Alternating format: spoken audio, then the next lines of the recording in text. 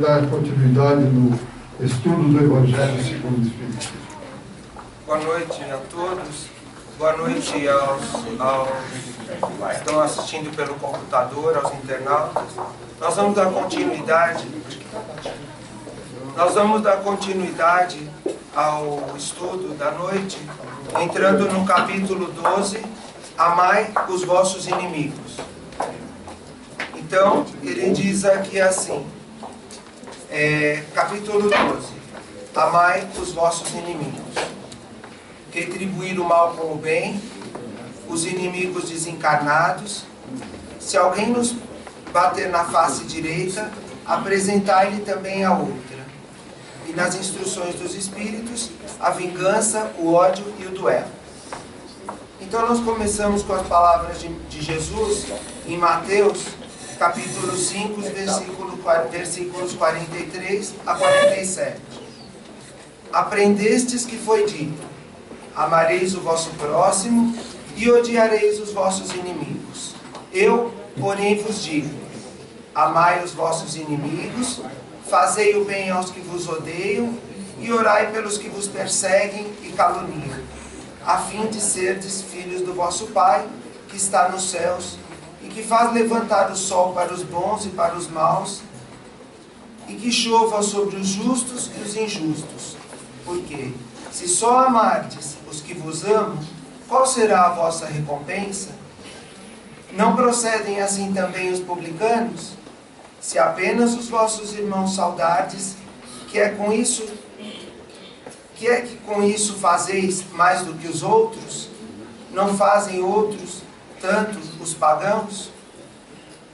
Digo-vos que, se a vossa justiça não for mais abundante que a dos escribas e dos fariseus, não entrareis no reino dos céus.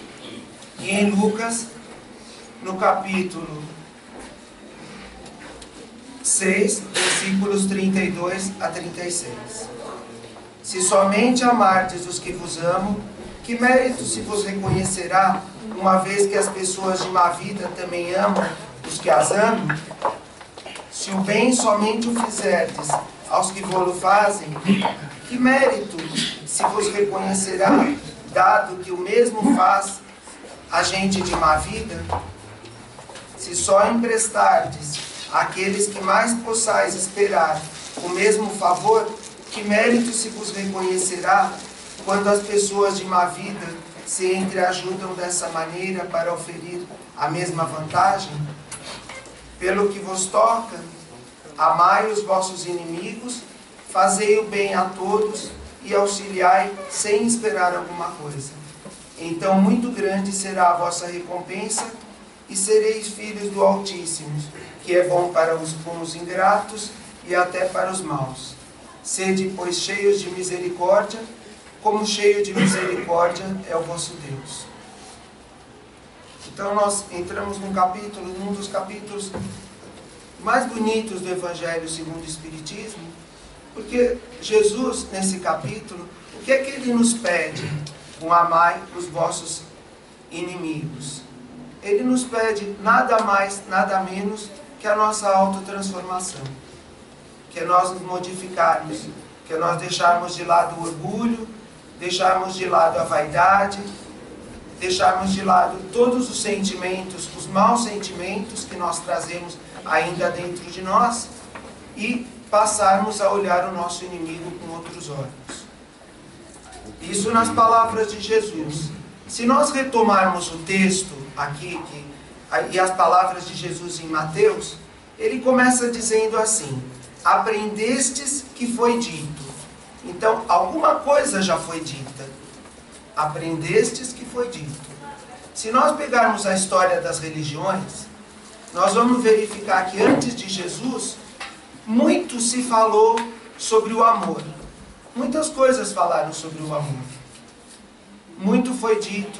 Se nós pegarmos em toda a história das religiões, o que antecede Jesus, muitos falaram sobre o amor. Mas Jesus, ele vem e ele tem três ou quatro ensinamentos nesse pequeno parágrafo, muito importantes para a nossa conduta e para a nossa autotransformação. Ele diz assim: aprendestes que foi dito. Então alguma coisa já foi dita sobre o amor. Amareis o vosso próximo e odiareis os vossos inimigos. Por quê? Porque na época que Jesus falava, a lei que regia, se nós formos observar, se nós formos verificar na história, nós vamos observar que por conta da opressão dos romanos, por conta da opressão financeira que havia sobre os romanos, que nós já aprendemos na semana passada, que a doutora comentou, quando ela falou: dai a César o que é de César, existia um ódio contido contra a opressão contra os romanos. E o povo vivia a lei, que dizia o quê? Qual era a lei? O que dizia a lei na época? Olho por olho, dente por dente. Então Jesus, ele já quebra uma postura da época, ele já quebra um paradigma com as palavras dele. Aprendestes que foi dito: amareis o vosso próximo e odiarei os vossos inimigos. Eu, porém, vos digo. Quando Jesus coloca a palavra porém, o que ele faz? Ele já dá um outro rumo para esse ensinamento.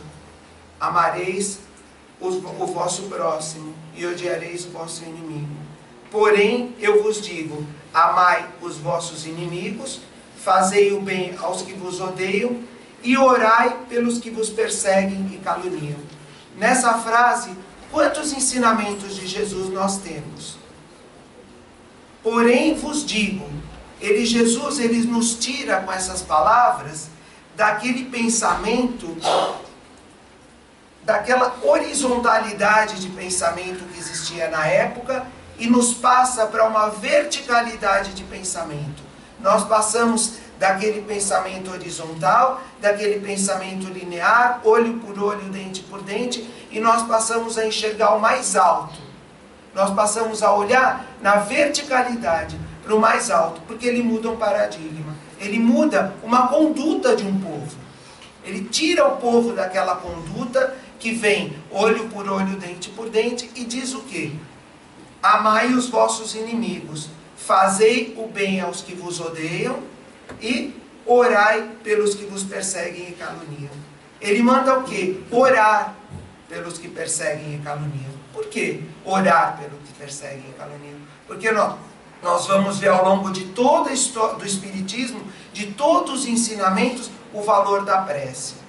E quando a gente ora, quando nós oramos, quando nós entramos em prece, nós nos colocamos em contato com o mais alto. Nós nos colocamos em contato com os espíritos superiores.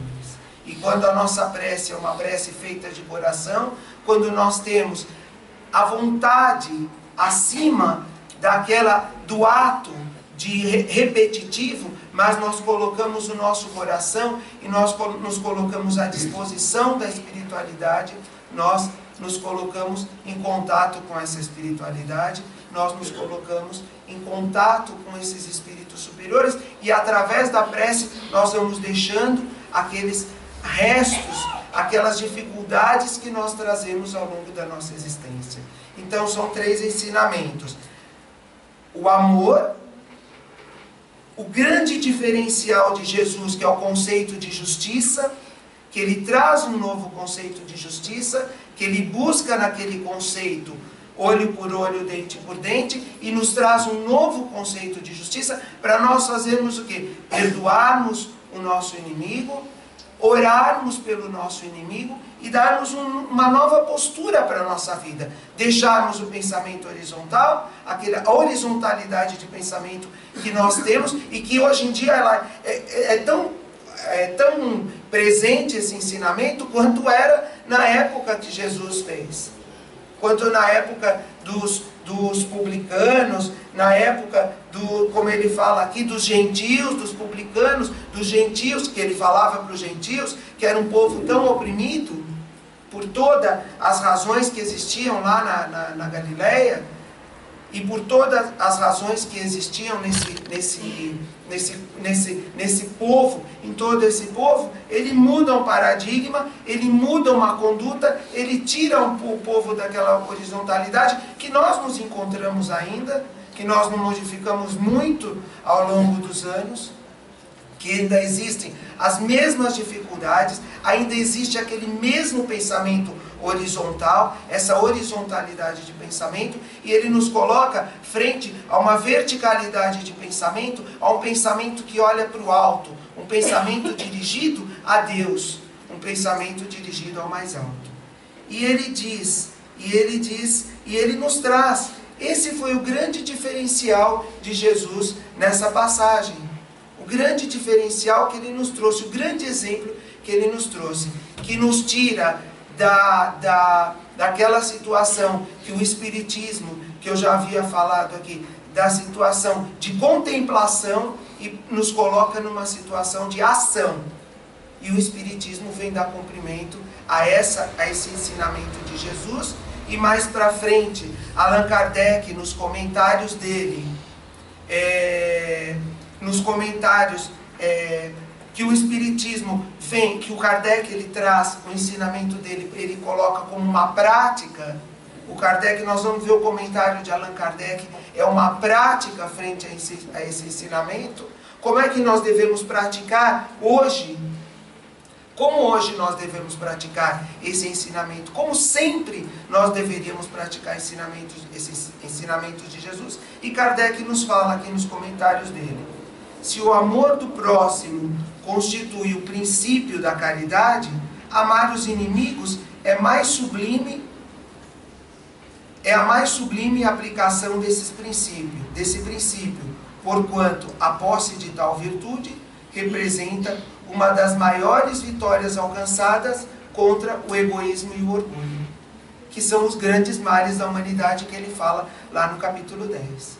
E aí, são os males que criam um entrave para o nosso progresso espiritual, que criam uma dificuldade para o nosso progresso espiritual, que é o egoísmo e o orgulho, que são o egoísmo e o orgulho.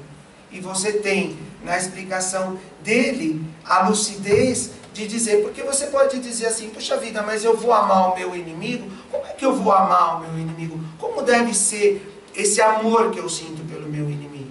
E que Jesus fala que eu deveria amar. E Kardec, ele fala assim, mais para frente, entretanto, há geralmente equívoco no tocante ao sentido da palavra amar nesse passo. Não prendeu Jesus, assim falando, que cada um de nós tenha para com o seu inimigo a ternura que dispensa a um irmão ou um amigo. A ternura pressupõe confiança. Ora, ninguém pode depositar confiança numa pessoa sabendo que esta lhe quer mal.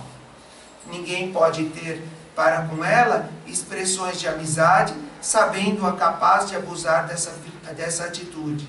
Essas pessoas que desconfiam umas das outras, não podem haver essas manifestações de simpatia que existem entre as quais comungam nas mesmas ideias.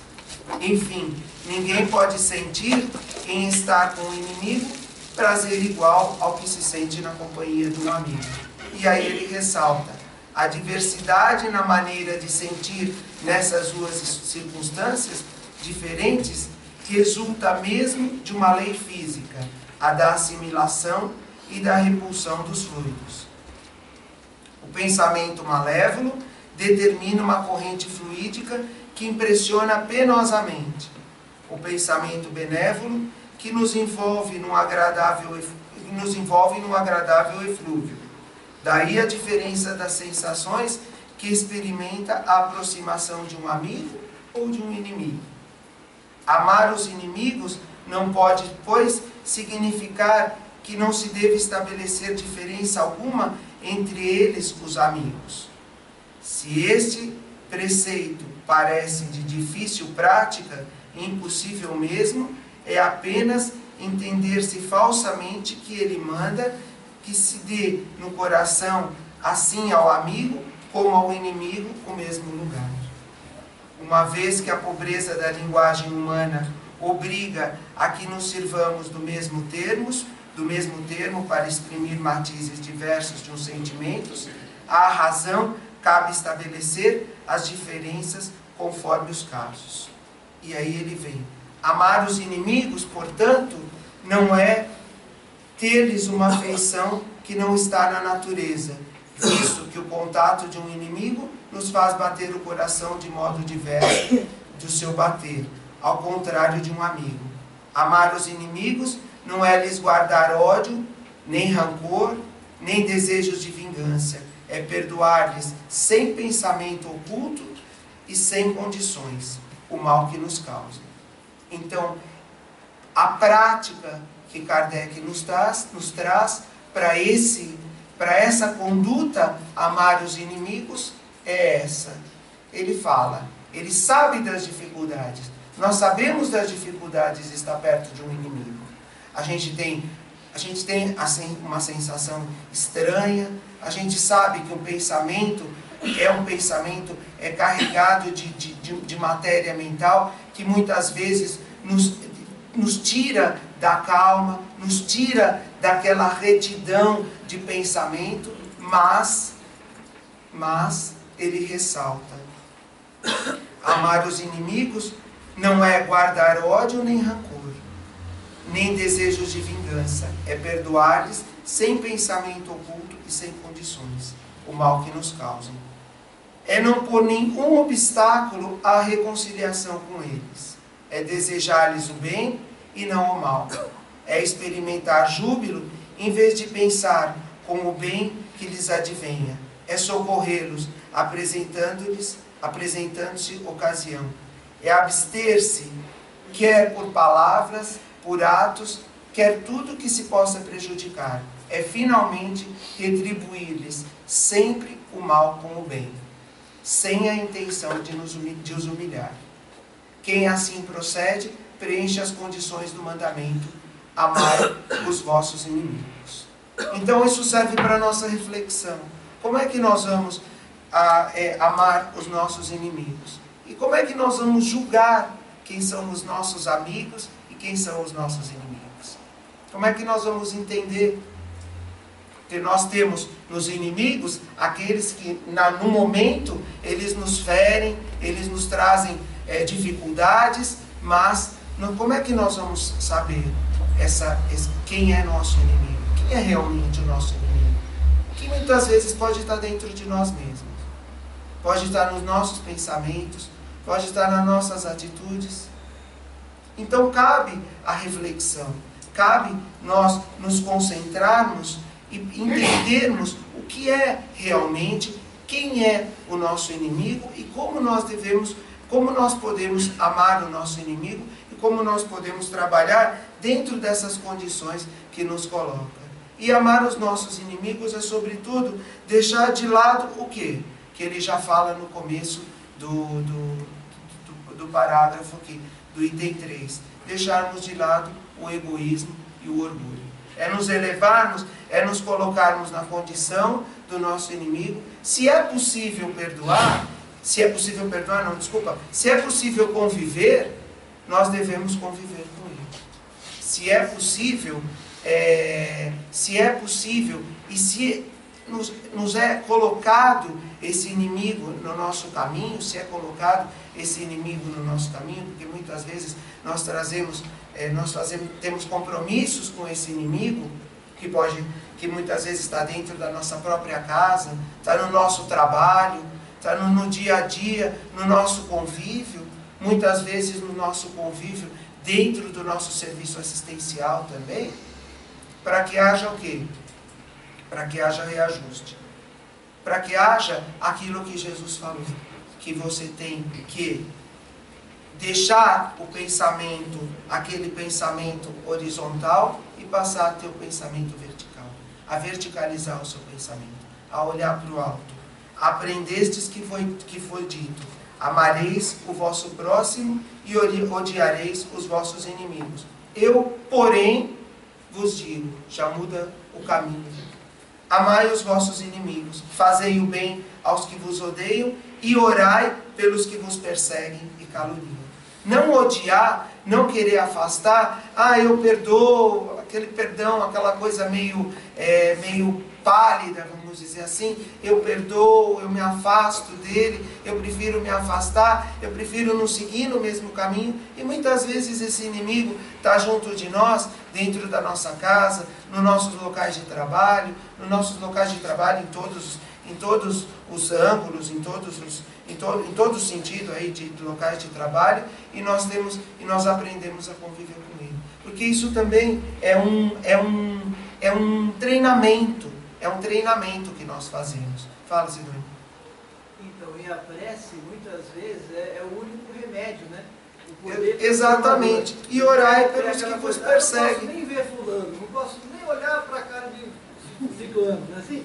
É verdade. Então você, através da prece, aos poucos, você pode modificar. Você interioriza esse perdão. Às vezes não tem nem o que fazer. É verdade. A inimizade é tão grande que você silencia e faz as suas preces. Constantes, né? Ora e segue, né? Ora e segue. Abençoa e prossegue. E ora pelo seu inimigo. E aí você quebra uma barreira. Aí você tira dos seus ombros aquele peso que você carrega, aquele cansaço que você carrega ao longo da sua vida.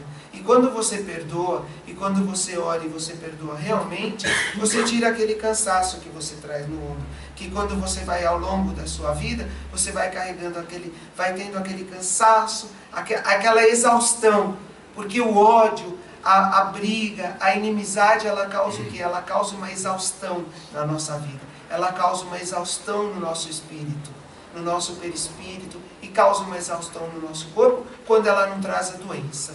Que essa exaustão nos leva à doença. O ódio, o rancor, amar, ou simplesmente, ou o fato de não, que não é simples, né? Ou o fato de não perdoarmos. E orar pelos inimigos faz com que a gente tenha essa visão. Só que a gente precisa experimentar isso. A gente precisa experimentar esse sentimento de olhar o inimigo.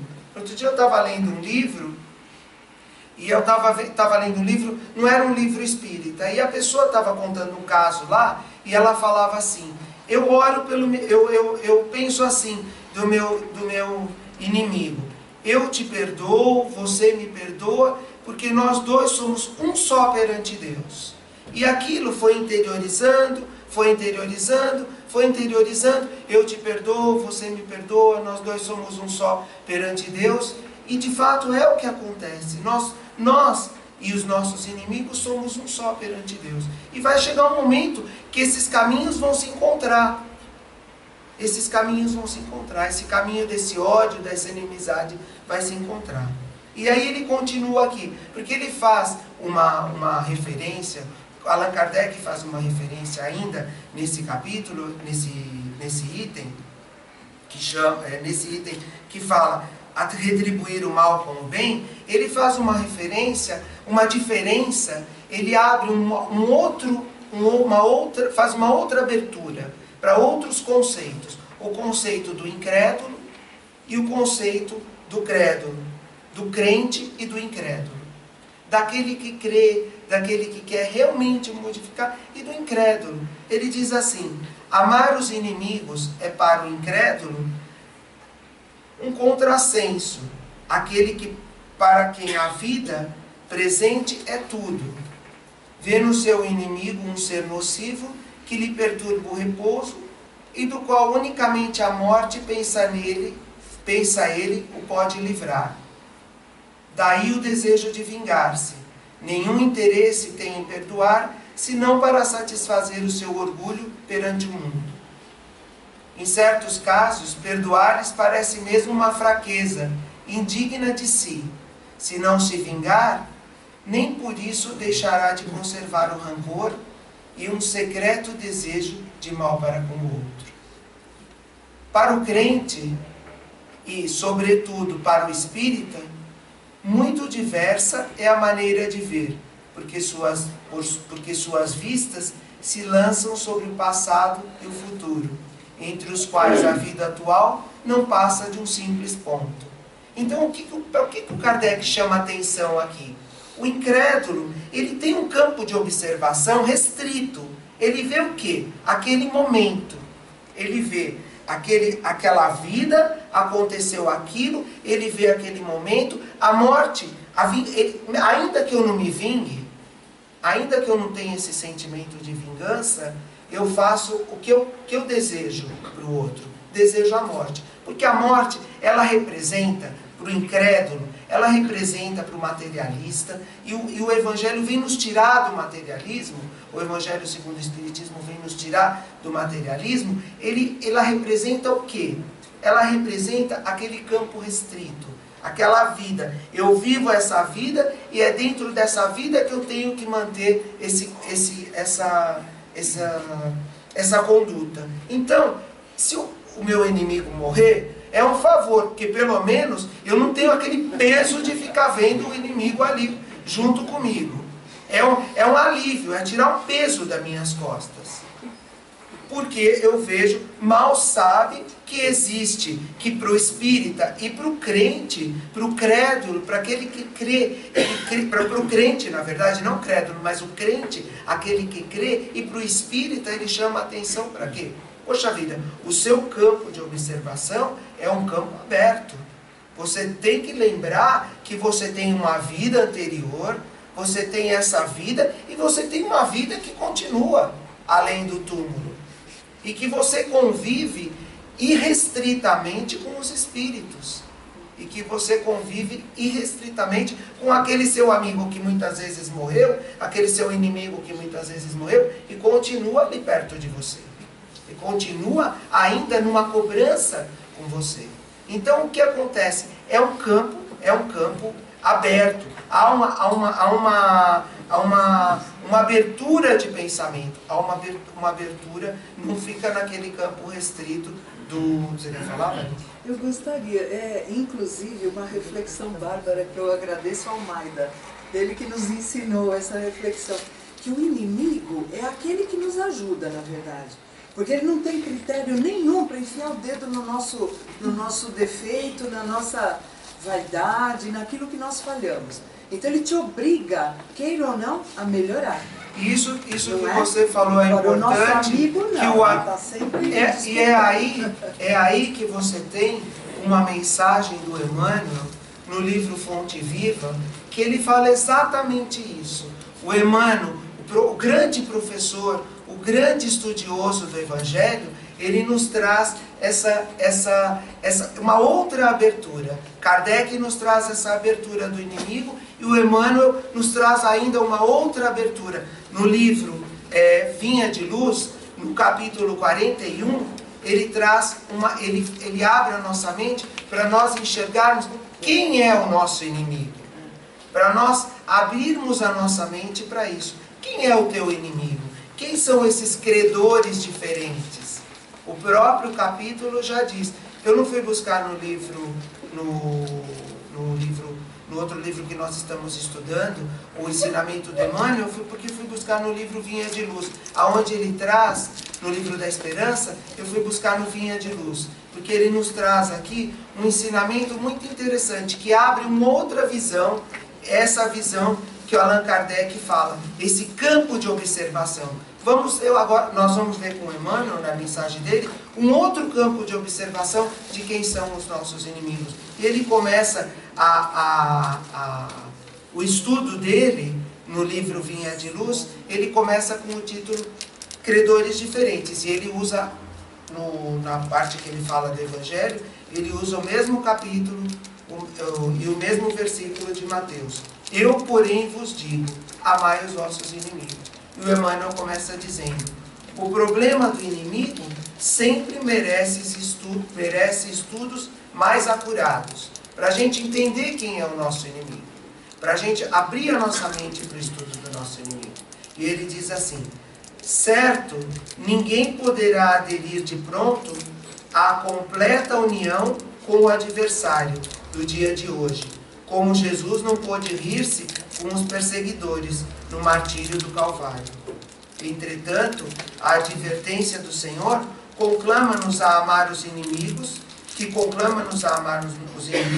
reveste-se de profunda significação em todas as facetas pelas quais examinemos, mobilizando os instrumentos da análise comum.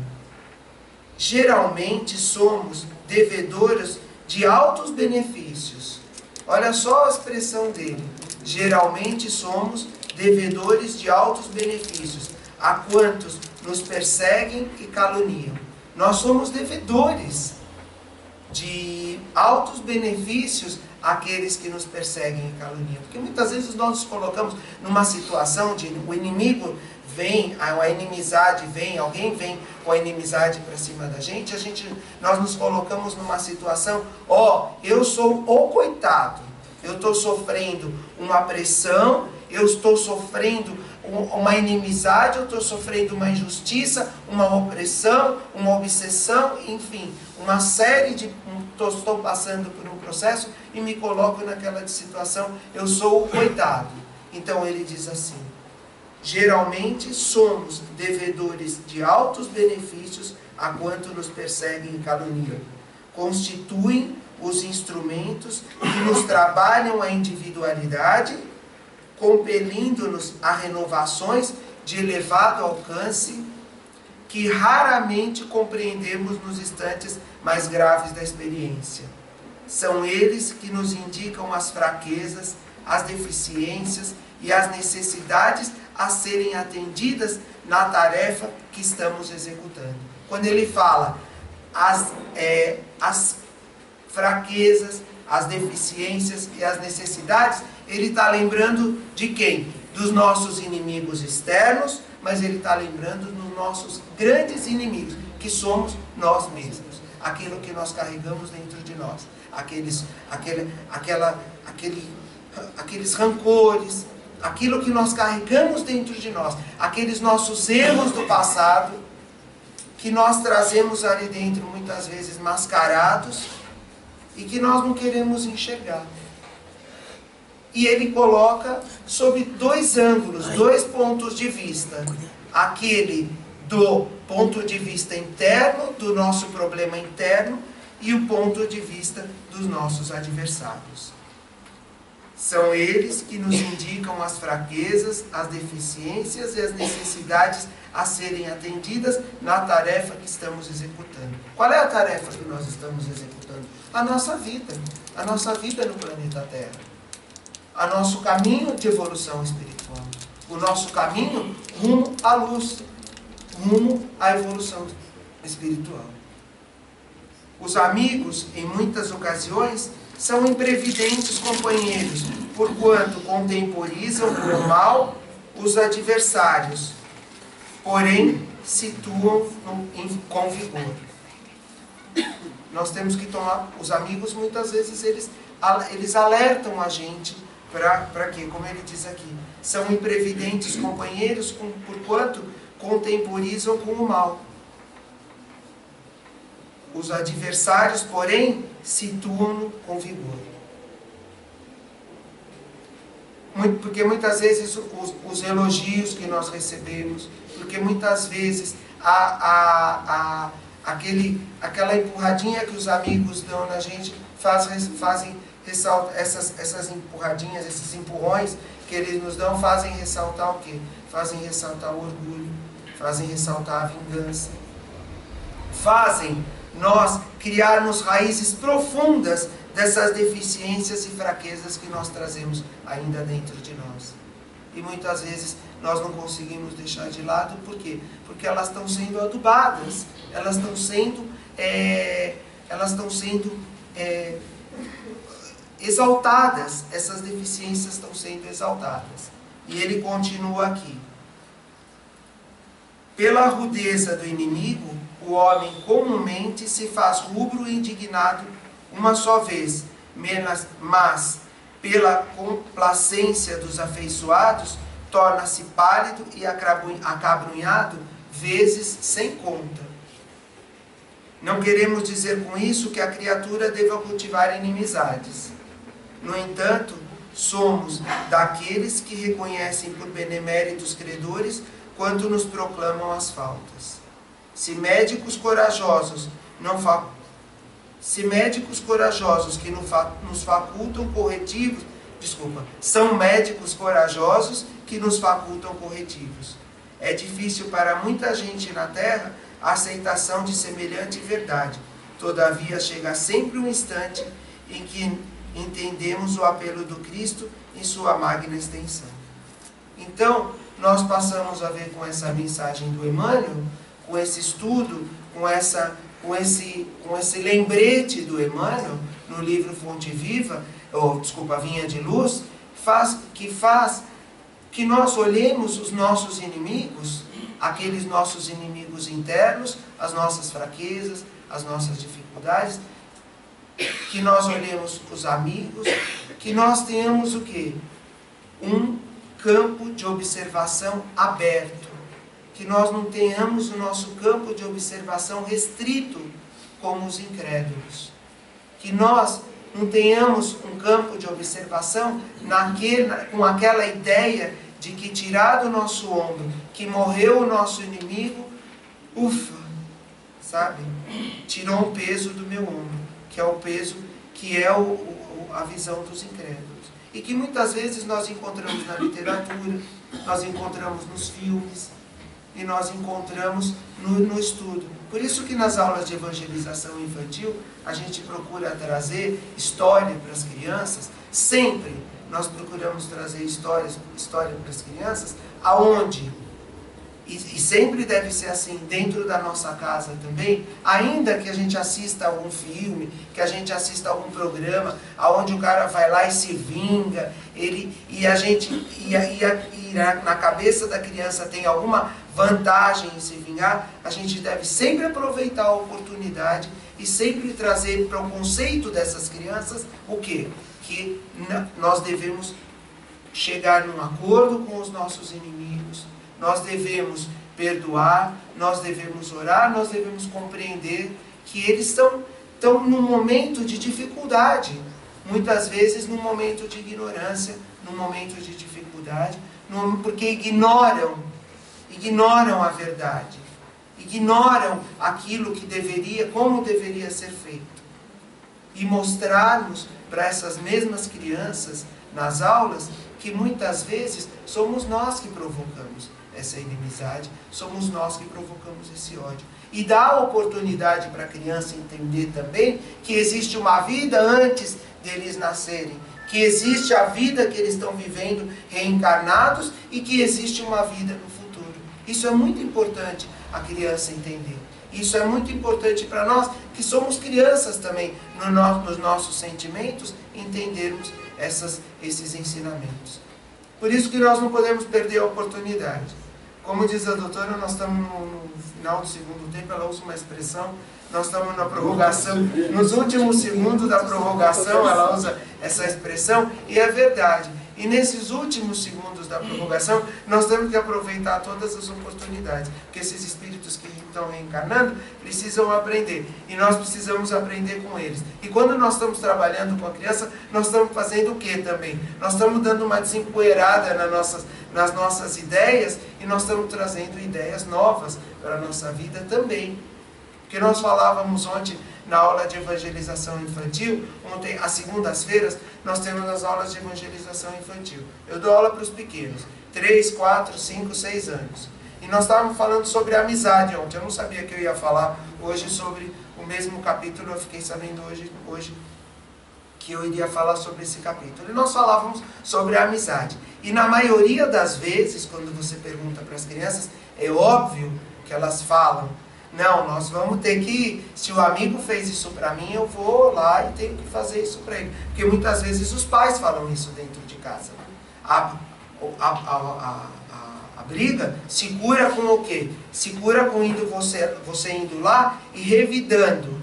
E nós, que estamos dentro das salas de aula, nós batalhamos incessantemente com isso. Que os alunos venham até nós, que eles falem com os professores, que eles falem com os orientadores, com os professores, com os coordenadores, com quem está dentro da sala, para quê? Para que seja afastada da cabeça da criança essa ideia de vingança, para que seja afastada da humanidade essa ideia de vingança, e essa ideia de ódio, de olho por olho, dente por dente, que nós ainda carregamos nas nossas raízes, está na raiz do nosso espírito, essa ideia.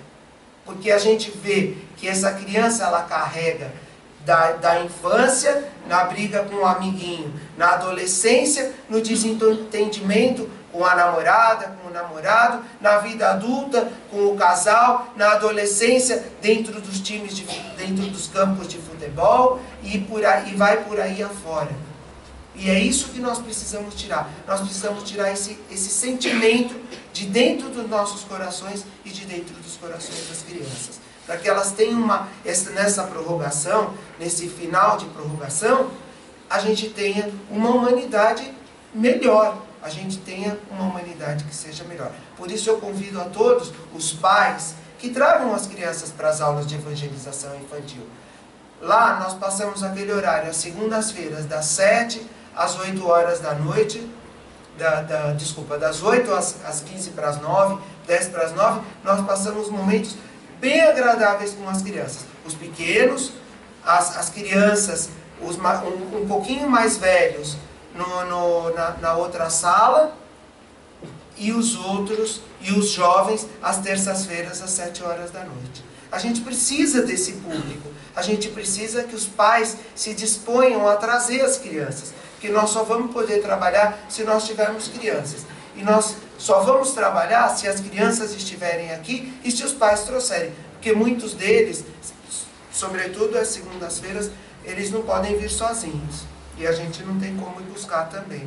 Porque se a gente pudesse, a gente pegaria o carro e iria buscando, iria pegando cada criança na sua casa e trazendo e depois devolvendo cada criança na sua casa. Mas a gente conta com isso, para a gente poder colocar em prática esse grande ensinamento de Jesus, que é perdoar os inimigos e orar pelos inimigos. E eles têm que cultivar isso no coração deles. Se alguém quiser fazer algum comentário, a semana que vem a gente continua com o estudo, os nossos inimigos, com o estudo, o outro item, os nossos inimigos desencarnados. Valtinho, eu queria falar da prece, Valtinho. Ah, sim, fala, Pedrinho. Nós sabemos que ela é muito importante, e não podemos esquecer de falar da prece de Ismalha. Ah, da prece de Ismalha. Dos mensageiros, né? Bem lembrado. No livro Os Mensageiros, a Ismalha faz uma prece. Não sei se é capítulo 23, que ela faz para as múmias. Eles se chamam de múmias, porque é o espírito adormecido já há muito tempo, né? Exatamente. Muito devedores. E eles se encontram no pronto-socorro, onde há alguns espíritos que eles chamam de múmias, e a Ismalha faz uma prece, e através da prece dela, caem bolhas flocos, como se fossem bolhas do mais alto, e vão atingindo essas pessoas, esses espíritos, que são as múmias, que eles chamam de múmias, mexer com os 400, de 2 e eles tiram daquela... 1980 tem. Tiram daquele estado de 1980 espíritos, eles tiram cerca de 400 espíritos dessa, para a gente ver o valor da prece. Bem lembrado, Pedro. Bem lembrado. Acho que a gente pode continuar. Vamos, Pedro.